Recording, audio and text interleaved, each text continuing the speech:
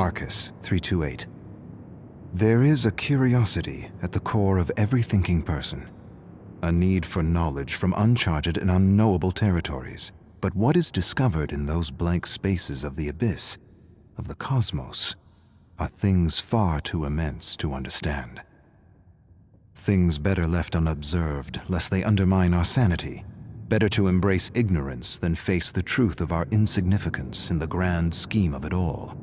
Against the vastness of the infinite, we are mere microbes swirling in an endless, indifferent cosmic stew. I say stew, but the entity is probably more of a blood pudding. Arcus 7547. Whiskey deep into the night. A strange aftertaste, a flavor from a world which makes the best whiskey. Whiskey dreams are some of the most pleasurable, dreams of home, with friends and family, enjoying time lost.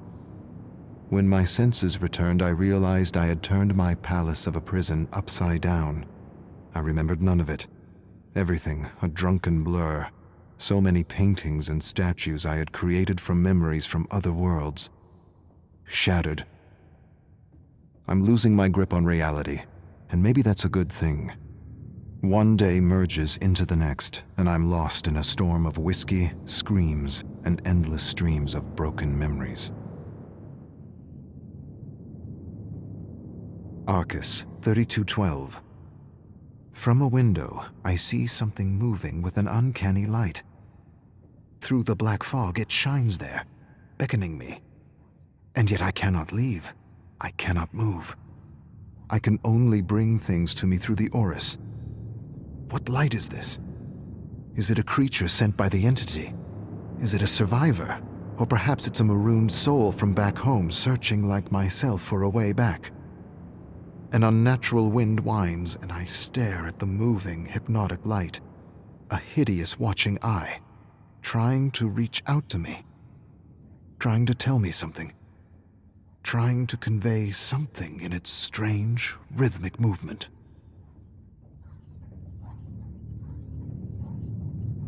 Arcus 345. I have recently wondered if survivors realize the titanic significance of their thoughts and feelings, and of how the entity uses them to furnish the trials. Thoughts and feelings that bring me glimpses of what it's like to have lived on a parallel world as someone else. It helps pass the time. Arcus 1043. I look and observe the realms of the entity with eyes that see disharmony, chaos, fear, and terror.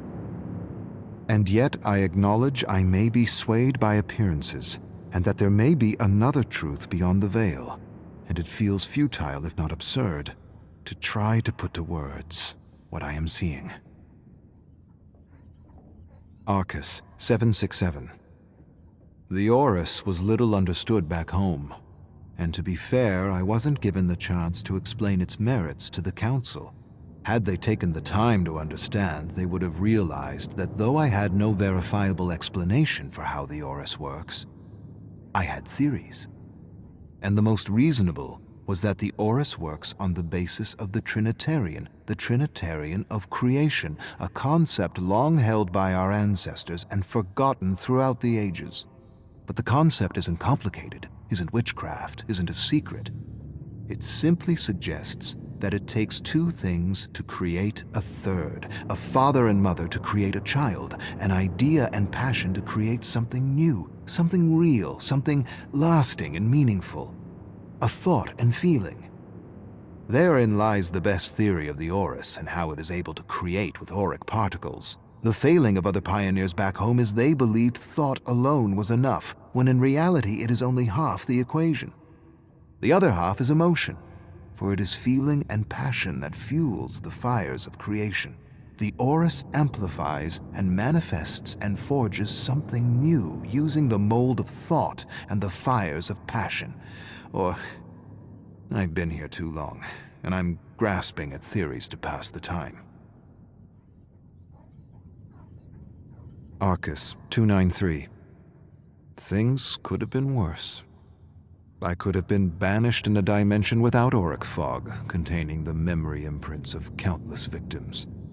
Memories that keep me entertained and busy with my coin and spirit collections. And the music.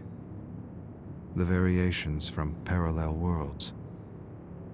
It helps pass the time. In a twisted way, I think what I'm admitting is that I'm glad the entity takes what it wants, when it wants, from the Omniverse.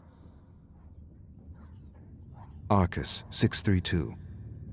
Through a rift, I believe I culled another memory of Vigo, manifesting reality within the entity with something reminiscent of the Aurus.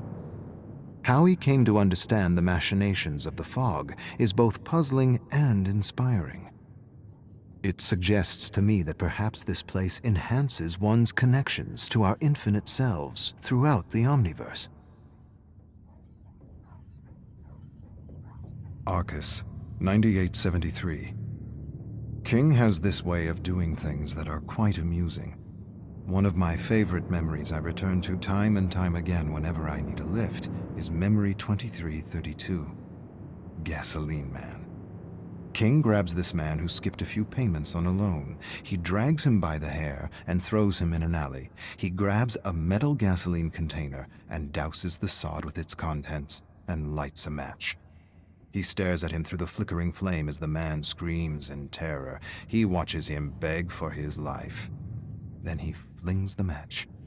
The man's eyes pop out of his head as the flame hits his chest and falls to the floor with a sizzle. King tells him to make his payment or next time he'll use real gasoline. Brilliant. Arcus 9082. Max has quite an arm. A farmer made his way out of a barn, and with one well-aimed blow with a spade, his head was severed from his shoulders and 2 spouts of hot blood burst from his body like geysers. He watched the headless man stagger stupidly and collapse in a growing puddle of steaming blood. I have to admit I've gone through this memory more than once. It's one of my favorites. I find Max disturbingly amusing and the illusion of death fascinating. At a distance.